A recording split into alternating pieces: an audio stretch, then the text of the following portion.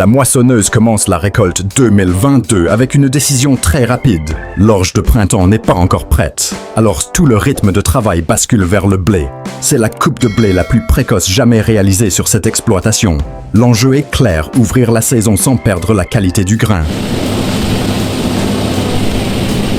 La moissonneuse-batteuse avance régulièrement dans la parcelle. Elle garde une coupe stable pour que le flux de tiges entre sans blocage dans le système de battage. L'opérateur doit équilibrer la vitesse, la propreté et la quantité de grains récupérés. Si la machine avance trop vite, l'alimentation peut devenir irrégulière et créer des pertes. Avec un bon rendement en blé, chaque passage précis aide toute la journée de récolte à garder son rythme. En Rhénanie du Nord-Westphalie, une moissonneuse travaille dans l'orge pendant la récolte 2022. La scène se concentre directement sur la machine et sur le flux de culture qui entre dans la barre de coupe. Il n'y a pas de présentation compliquée, seulement un travail de récolte régulier. L'échelle de cette culture reste importante, car l'Allemagne a produit 11,3 millions de tonnes d'orge en 2025. Le point clé reste la stabilité du rythme de coupe. La machine doit garder une trajectoire droite pour que la barre de coupe prenne la culture de manière régulière. Quand l'orge est mûre, la fenêtre de récolte laisse peu de place aux arrêts prolongés. L'opérateur doit maintenir une vitesse suffisante pour battre proprement le grain sans surcharger le système. Chaque rang terminé ouvre l'espace pour le demi-tour suivant. Ici, tout se joue dans la coordination entre une nouvelle moissonneuse et le transport du grain, la CLA. Trion, 750, travaille dans le blé d'hiver, dans le North Yorkshire. Derrière elle, un tracteur Deutz avec une remorque Stewart doit suivre le bon rythme pour sortir le grain de la parcelle. Si le transport ralentit, le rendement de la moissonneuse baisse aussi. La configuration hybride de la Trion 750 est utilisée pour un travail de grain à fort débit. Quand la barre de coupe alimente la machine, le système de séparation doit maintenir un flux continu de matière. L'opérateur ne regarde pas seulement devant lui, il doit aussi choisir le bon moment pour vider la trémie dans la remorque. Une vidange bien placée évite à la machine de s'arrêter au milieu du champ. Dans une grande récolte de blé, cette continuité fait une vraie différence. La récolte des févroles commence par l'entrée d'une barre de coupe flexible dans une culture basse et lourde. La classe 770 TT travaille avec une barre MacDon FED 140, une barre de coupe à tapis flexible. La mission n'est pas seulement de couper vite, il faut aussi ramener la culture de manière régulière vers le centre. Avec les févroles, une alimentation stable limite les pertes dès le bord de coupe.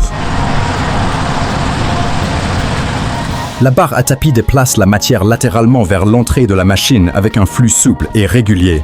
L'opérateur doit garder une hauteur de coupe adaptée pour récupérer les gousses sans entraîner trop de terre ou d'impuretés. Si la barre vibre ou attaque la culture de manière irrégulière, l'alimentation peut perdre son rythme. Récolter une culture protéique comme la févrole demande plus de patience que beaucoup de céréales droites. La propreté à l'entrée détermine la qualité de tout le flux de récolte. La chaîne d'ensilage d'herbe commence avec une classe Jaguar 940 sur une deuxième coupe à Elst. Derrière elle, un Fendt 724 Vario et un New Holland T7 220 assurent le transport avec des remorques Kaweco Radium 50. Ce n'est pas une machine isolée au travail, mais toute une chaîne d'alimentation animale en mouvement. Si un maillon ralentit, le flux d'herbe hachée peut être interrompu. L'ensileuse doit maintenir un flux d'herbe régulier pour que les remorques ne reçoivent pas la matière par à-coups. Quand une caisse est pleine, elle quitte la machine et une autre doit se placer au bon endroit. Au silo, le Volvo L70H compacte la matière pour réduire les poches d'air et préserver la qualité. Chaque opérateur garde son propre rythme, tout en restant synchronisé avec l'ensemble de la chaîne. L'efficacité vient du fait que l'herbe est coupée, transportée et tassée avant que sa valeur alimentaire baisse. Kverneland présente ses solutions pour les grandes cultures 2020, près du lieu où l'entreprise a été fondée il y a 140 ans. L'attention ne porte pas sur une seule machine, mais sur tout un système de travail du sol, de semis, de pulvérisation et de gestion de parcelles. Chaque équipement représente un maillon de la production végétale. La pression du secteur consiste à faire plus de travail en moins de temps. avec les équipements de champ. La précision compte souvent autant que la puissance de traction. Une charrue, une ligne de semis ou une buse mal placée peuvent réduire la qualité du travail suivant. L'opérateur doit comprendre l'ordre de chaque opération pour éviter de repasser inutilement sur la même surface. Ces solutions montrent que l'agriculture moderne ne repose pas seulement sur la force de traction. Elle dépend aussi de la manière dont chaque étape s'intègre dans un flux de travail continu. Après la récolte, le labour d'automne ouvre la préparation de la culture suivante. La charrue retourne la terre, enfouit les résidus et restructure la surface dans une fenêtre souvent très courte. C'est une opération de base, mais elle exige une traction stable. Si le sol n'est pas les passes travaillées au bon moment, le calendrier de semis peut être repoussé. L'opérateur doit garder une ligne droite pour que chaque bande de terre se retourne dans le même sens. La profondeur doit rester stable, car un passage trop superficiel ne gère pas bien les résidus, tandis qu'un passage trop profond augmente la traction nécessaire. La vitesse doit rester assez basse pour garder un sillon propre. Chaque ligne terminée sert de repère au passage suivant. Dans la production de céréales, la régularité de la première opération influence directement les étapes suivantes. Dans le Doubs, en Franche-Comté, la chaîne d'ensilage se concentre sur la coupe, le transport et la conservation rapide du fourrage. Ce travail est étroitement lié au système d'élevage et aux prairies de la région. Une fois la matière coupée, le transport doit suivre la machine principale de très près. L'enjeu est de préserver la valeur alimentaire avant le début de la conservation. La machine de coupe ou de hachage doit créer un flux de matière assez régulier pour que la remorque ne soit pas chargée d'un seul côté. Le transport ramène ensuite la matière vers le point d'ensilage sans interrompre la machine principale. Si l'écart entre deux voyages devient trop long, l'efficacité de toute la chaîne baisse. L'opérateur doit surveiller sa propre machine, mais aussi la position du véhicule suivant. Dans l'ensilage, la vitesse ne peut jamais être séparée de l'organisation précise. Une chaîne de récolte de maïs à l'échelle d'un entrepreneur s'organise autour d'une Krone Big X 530 agile. La machine utilise un bec Easy Collect 6sense-2. Le transport mobilise plusieurs équipes avec Fendt, Massey Ferguson, Claas et des remorques d'ensilage. Ce qui compte, c'est le flux continu de matière entre le champ et le silo. Si les véhicules de réception ne suivent pas, l'ensileuse perd son rythme. La Krone Big X 530 crée le flux principal de maïs haché pour toute l'équipe de transport. Les remorques doivent se placer du bon côté, rouler à la même vitesse et quitter la machine quand la caisse est suffisamment chargée. Le coordinateur doit éviter tout vide entre deux véhicules, car un simple décalage réduit le rendement. Le silo doit recevoir la matière de manière régulière pour faciliter le tassement. Ici, le vrai sujet est la logistique, plus qu'une seule machine. Dans la vigne, le Fendt 260V travaille avec des disques entre des rangs étroits. L'espace est très différent d'un grand champ, car une petite erreur de trajectoire peut rapprocher la machine des ceps. La mission consiste à travailler superficiellement le sol, contrôler l'herbe et garder le passage praticable. Avec un tracteur étroit, la précision compte plus que la vitesse. L'opérateur doit aligner les roues sur le rang de vigne et maintenir le tracteur stable sur une bande de terre réduite. Les disques doivent travailler seulement à une profondeur suffisante pour casser la surface et gérer l'herbe. S'ils descendent trop bas, la traction augmente et le risque de perturber la zone racinaire devient plus fort. Chaque passage propre permet de garder le vignoble accessible pour les opérations suivantes. Ce travail montre que la mécanisation agricole n'a pas toujours besoin de grandes dimensions. Le John Deere 8345R entre dans le pressage d'ensilage avec une forte capacité de traction et un rythme rapide. Un John Deere 7930R participe aussi à la chaîne de travail. Le cœur de l'opération consiste à ramasser, presser et sortir le fourrage conservé du champ avant que sa qualité baisse. Chaque andin doit être traité au bon moment pour préserver sa valeur alimentaire.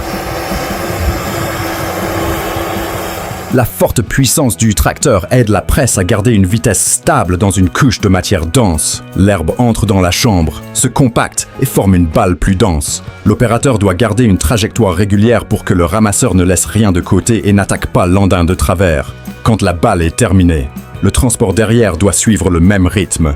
Dans un système d'alimentation animale, une bonne balle d'ensilage commence par un passage régulier au champ. La récolte de pommes de terre de Warzeller & Sons arrive dans sa phase finale, à grande échelle, dans le Wisconsin. C'est la fin d'une longue chaîne de travail menée pendant l'automne. La récolteuse doit soulever les tubercules, les nettoyer une première fois et envoyer le produit vers le transport. La pression ne vient pas seulement du volume, mais aussi de la nécessité de terminer la saison proprement. Les pommes de terre doivent être levées avec beaucoup plus de douceur que les céréales, car les chocs peuvent réduire leur qualité de conservation. Le flux de tubercules doit passer dans les systèmes de tamisage et de convoyage avec un rythme stable. Le véhicule de réception doit garder une position précise pour ne pas interrompre la récolte. L'opérateur surveille à la fois la terre, les tubercules et la vitesse du véhicule voisin. En fin de saison, chaque passage propre réduit le besoin de revenir sur les zones restantes. Le New Holland T8040 tire une Lemken Vari Diamant dans un travail de labour sur une grande parcelle. Cet ensemble est fait pour une forte traction, une profondeur importante et un travail continu. La charrue semi-portée doit garder une direction stable dans une couche de terre lourde. L'enjeu est de produire un sillon régulier sans perdre l'adhérence. La Lemken Vari Diamant est conçue pour les grandes cultures à forte exigence de rendement. Quand le tracteur avance, chaque corps de charrue coupe et retourne la terre dans un ordre précis. L'opérateur doit garder une vitesse adaptée pour éviter des mottes trop grossières ou un retournement incomplet. Si la première ligne est mal placée, les passages suivants seront aussi affectés. Un labour propre facilite ensuite la préparation du lit de semences. 3 Fendt travaillant ensemble dans une chaîne d'implantation de céréales à grande échelle. Un Fendt 936 tire une charrue Kuhn à 7 corps. Un Fendt 826 travaille avec une charrue à 6 corps. Un Fendt 942 utilise un ensemble Lemken Solitaire 23 de 6 mètres. C'est une organisation de champ basée sur la capacité de surface. L'objectif est de labourer et semer assez vite pour respecter la saison. Les 2 tracteurs au labour ouvrent le sol avant le passage de l'ensemble de semis.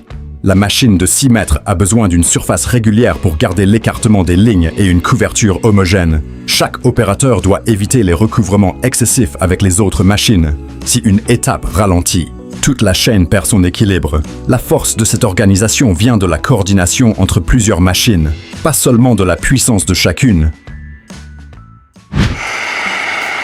Le New Holland Homme 560 tire un déchômeur à disque Nardi 32FC I230 GP sur une parcelle de 13 hectares après du colza. Le travail se déroule au début de l'automne, avant le semis du blé. Le déchômeur doit casser les mottes et affiner la surface après le labour. À 15 km/h, la stabilité du sol devient essentielle. L'outil de 3,65 mètres, avec 32 disques, doit avancer régulièrement pour que chaque disque travaille sa portion de terre. L'opérateur doit trouver l'équilibre entre une vitesse élevée et une bonne finition de surface. Si la machine avance trop vite sur un sol irrégulier, elle peut laisser de grosses mottes ou créer un travail inégal. Quand l'angle des disques change, la traction et l'intensité du travail changent aussi. Cette opération fait le lien entre le labour profond et le semis précis. Aux Pays-Bas, une DeWolf 3060 récolte les pommes de terre et transfère le produit dans des remorques Vinhuis tirées par des tracteurs Case. Cette chaîne met l'accent sur la propreté du flux de tubercules et sur le rythme des véhicules de réception. La récolteuse automotrice doit soulever, séparer la terre et maintenir un transfert stable. Si le véhicule ne suit pas la bonne position, le flux de pommes de terre peut être interrompu. La DeWolf 3060 travaille sur 2 rangs. La rectitude de la trajectoire influence donc directement la quantité de tubercules soulevés. Le système de tamisage doit enlever la terre sans heurter les pommes de terre trop fortement. Le conducteur du véhicule voisin doit maintenir une vitesse parallèle à celle de la récolteuse.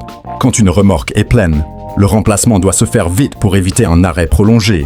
Avec la pomme de terre, le rendement et la douceur de manipulation doivent avancer ensemble. Une équipe de John Deere, avec les modèles 8330, 8217, 8200, entre dans le labour d'automne avec des charrues Kverneland PB100 et Gassner. L'échelle vient du fait que plusieurs tracteurs travaillent une grande surface avant le semis. Ce travail demande une traction constante, des lignes régulières et un calendrier précis. Si la météo change, la fenêtre de labour peut se réduire très vite. Chaque machine doit garder sa distance et sa direction pour éviter les recouvrements et les zones oubliées. Les corps de charrue retournent la terre par bande et préparent une nouvelle surface pour l'étape suivante. L'opérateur suit la profondeur, l'adhérence et l'effort de traction à chaque passage. Quand plusieurs tracteurs travaillent ensemble, la régularité entre les lignes donne une finition homogène à toute la parcelle. C'est une organisation pensée pour couvrir beaucoup de surface en peu de temps. La New Holland CX 8080 travaillait dans l'orge pendant la récolte 2024 pour un entrepreneur agricole. L'attention porte sur un battage régulier et non sur une présentation de machine. L'orge doit entrer de manière uniforme dans la barre de coupe pour que la machine travaille proprement. Avec une grande production d'orge en Allemagne, chaque fenêtre de récolte a une valeur évidente. La moissonneuse-batteuse doit adapter sa vitesse à la densité de la culture et à l'état du grain. Si le flux d'alimentation devient trop épais, les systèmes de battage et de nettoyage peuvent être surchargés. Si la machine avance trop lentement, le rendement de la journée diminue. L'opérateur écoute et observe la réaction de la machine à chaque ligne de coupe. Une bonne récolte d'orge dépend de la capacité à garder un grain propre et à réduire les pertes à chaque passage. Le 2 juillet 2025, le John Deere 9700i entre dans la deuxième coupe d'ensilage. Un John Deere 7310R, un camion Scania et un tracteur Massey Ferguson partagent le transport vers la ferme. La matière doit quitter le champ en continu pour que l'ensileuse ne s'arrête pas. La pression vient du débit de la machine principale et de la capacité des véhicules à suivre. L'ensileuse doit projeter la matière avec précision dans la caisse du véhicule qui roule à côté. Le conducteur du véhicule de réception doit garder une distance régulière pour éviter les débordements ou un chargement déséquilibré. Quand un véhicule part, le suivant doit se placer assez vite. Pour une deuxième coupe, le temps influence souvent la qualité de conservation. Toute la chaîne n'est efficace que si la coupe. Le transport et le déchargement restent continus. L'Accelerator 8000 travaille dans l'est de l'Ontario pour couper les résidus et mélanger la couche supérieure du sol en un seul passage. C'est un travail du sol vertical à vitesse élevée. Il ne s'agit pas seulement de casser les mottes, mais aussi d'égaliser la surface. Le rouleau de finition arrière aide à stabiliser les résidus et à préparer le lit de semences. Quand les surfaces de maïs et de soja sont importantes, le temps de retour dans la parcelle devient décisif. La force de ce type de travail est de gérer les résidus tout en limitant la perturbation de la couche utile pour les graines. L'opérateur doit maintenir une vitesse assez élevée pour exploiter la capacité de la machine, mais assez stable pour obtenir une surface uniforme. Si les résidus ne sont pas coupés et répartis correctement, le semis suivant peut devenir plus difficile. Chaque passage réussi réduit le nombre de retours sur la même parcelle. Ici, l'efficacité vient d'un seul passage qui accomplit plusieurs tâches. Une machine classe à chenilles tire une charrue à 7 corps dans une parcelle de Hesse. La forte traction est au centre de la scène, car une charrue à plusieurs corps crée toujours une charge importante à l'arrière. La machine doit garder une adhérence régulière pour éviter des sillons décalés ou irréguliers. Dans le labour profond, la stabilité compte plus que la vitesse de démonstration. Les chenilles répartissent l'effort sur une plus grande surface de contact et réduisent le patinage quand la charge augmente. L'opérateur doit garder une trajectoire droite pour que les 7 corps retournent la terre avec la même forme. Si la traction devient irrégulière, la finition du champ perd son homogénéité. Chaque demi-tour doit aussi être assez large pour ramener la charrue dans la bonne position. Dans un grand pays céréalier comme l'Allemagne, la qualité du travail du sol reste une base pour la culture suivante. À Hoven, le John Deere W540 y récolte du blé d'hiver avec une barre de coupe de 5,4 mètres. Le grain est transporté par un Fendt 413 avec une remorque Miedema HST 155. Le rendement moyen de la parcelle atteint 10,5 tonnes par hectare. La pression ne consiste donc pas seulement à couper proprement, mais aussi à sortir un grand volume de grain au bon rythme.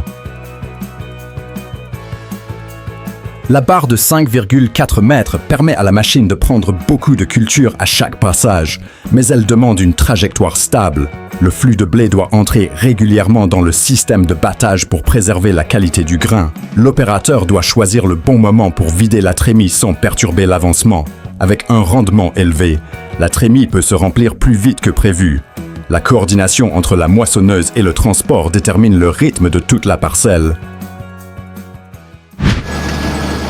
La préparation du semis de maïs 2025 commence par l'épandage d'engrais, puis le travail du sol, et enfin le semis de précision. New Holland, Valtra, Deutz-Fahr et JCB interviennent dans différentes étapes.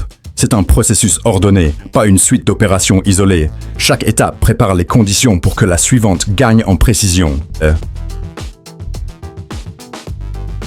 L'épandage d'engrais place la base nutritionnelle avant que le sol soit ameubli et nivelé. Les disques travaillent la surface pour que le semoir puisse placer les graines à une profondeur stable. L'opérateur du semoir doit garder une ligne précise pour éviter des écarts dans l'espacement des graines. Si le travail du sol laisse une surface irrégulière, la qualité du semis est immédiatement affectée.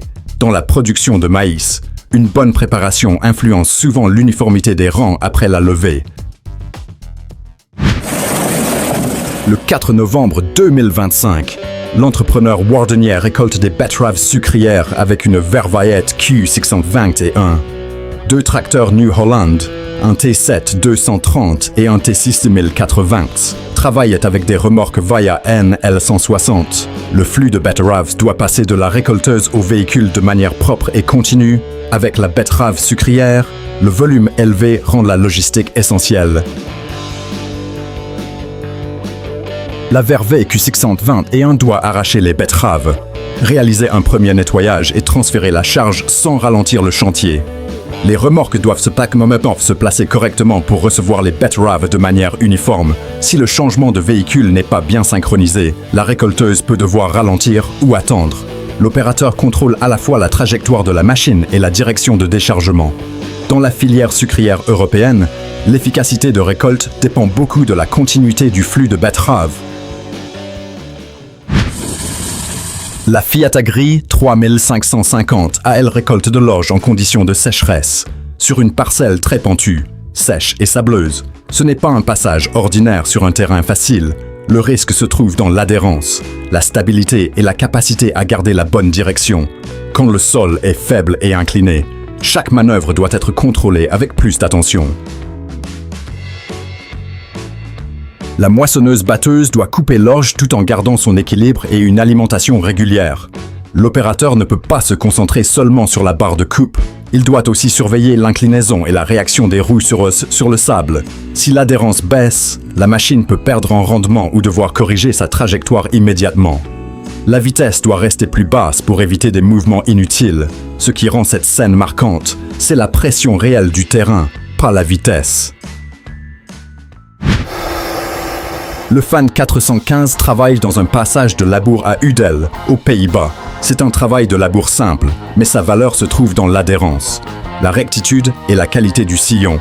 Le tracteur doit maintenir un effort régulier pour que la charrue reste à une profondeur stable. Dans les systèmes de culture au calendrier serré, un labour propre fait gagner du temps aux étapes suivantes.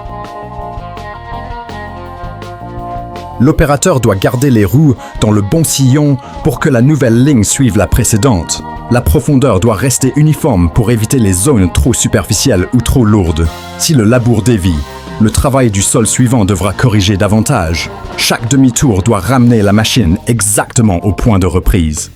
La simplicité apparente de cette opération ne réduit pas l'exigence de conduite. La Brantner Z 18051, version 2, XI, elle intervient dans le transport du grain après la récolte. C'est une remorque à 2 essieux de grande capacité, utilisée pour sortir les céréales du champ ou d'une zone de collecte. L'attention porte sur la capacité de charge et sur la conservation du grain sans perte. Quand la moissonneuse travaille vite, le transport doit être assez efficace pour suivre. La remorque doit recevoir un flux de grains propre, bien réparti et rester stable en déplacement. Le conducteur doit aligner la caisse sous la vis de vidange ou au point de chargement pour éviter les pertes au sol, une fois pleine. La conduite et le déchargement demandent plus de prudence, car la masse a clairement augmenté. Une remorque efficace évite à la moissonneuse d'attendre trop longtemps. Dans la récolte de céréales, le rendement final dépend beaucoup d'un transport qui paraît parfois secondaire. Le concours de labour de Rolday, en 2020, place la compétence de l'opérateur au centre. Ici, l'objectif reste très clair, une ligne droite, une profondeur régulière et un retournement propre. Dans un concours de labour, chaque petit détail peut faire la différence. C'est un endroit où le travail du champ se mesure par la précision plus que par la vitesse. Le conducteur doit placer la première ligne avec une grande précision, car tous les passages suivants s'appuieront dessus. La charrue doit bien enfouir les résidus tout en laissant une surface régulière. Si une ligne dévie, cela se voit rapidement sur toute la parcelle. Chaque demi-tour doit aussi ramener la charrue au bon point d'entrée. Les critères du concours reflètent directement les exigences réelles du travail en grande culture.